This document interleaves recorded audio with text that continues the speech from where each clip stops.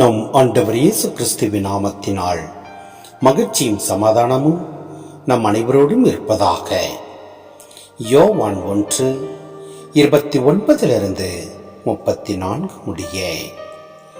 மறுநாள் இயேசு தம்மிடம் வருவதைக் கண்ட யோவான், இதோ கடவுளின் ஆட்டுக்குட்டி, ஆட்டுக்குட்டியாம் இவரே உலகின் பாவத்தை போக்குபவர்.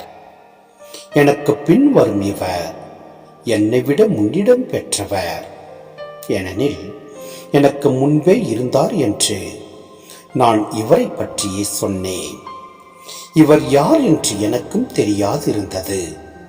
ஆனால் இஸ்ரேல் மக்களுக்கு இவரை வெளிப்படுத்தும் பொருட்டே நான் வந்துள்ளேன். தண்ணீரால் திருமுழுக்கு கொடுத்தும் வருகிறேன் என்றார்.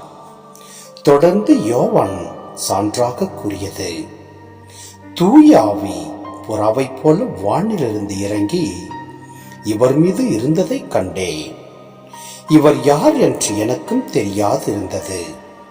ஆனால் தண்ணீரால் திருமுழுக்கு கொடுக்கும்படி என்னை அனுப்பியவர், தூய ஆவி இறங்கி யார் மீது இருப்பதை காண்பீரோ அவரே தூய ஆவியால் திருமுழுக்கு கொடுப்பவர் என்று என்னிடம் சொல்லி இருந்தார். நானும் கண்டேன். இவரே இறைமகன் என சான்றும் கூறி வருகிறேன். சிந்தனை: கடவுளின் ஆட்டுக்குட்டி என்பதை பல விதமாக புரிந்து கொள்ளலாம். இச்சொற்றொடருக்கு இரு பொருள் உண்டு. முதலாவது ஆட்டுக்குட்டி, இரண்டாவது இறைவனின் ஊழியன்.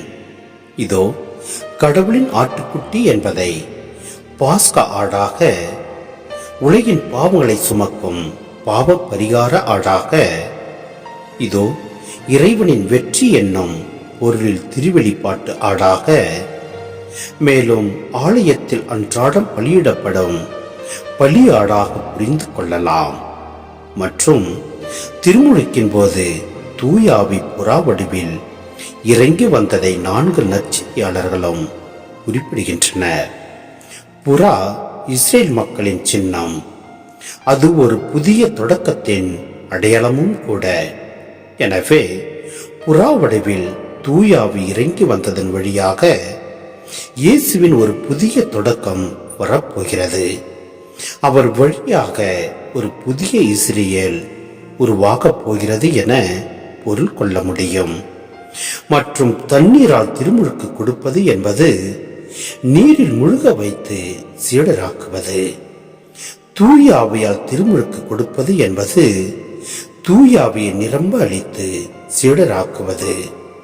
ஒரு குழுவாக செயல்பட்டு இறை தந்தையின் திருவுளத்தை நிறைவேற்ற விளைந்தார் இயேசு. எனவே அவர் தம்மோடு ஒரு குழுவை இணைத்துக் கொண்டார். அக்குழுவின் உறுப்பினர்களை, சீடர்களை தேர்ந்து கொண்ட நிகழ்வைதான் இப்பகுதி விவரிக்கின்றது.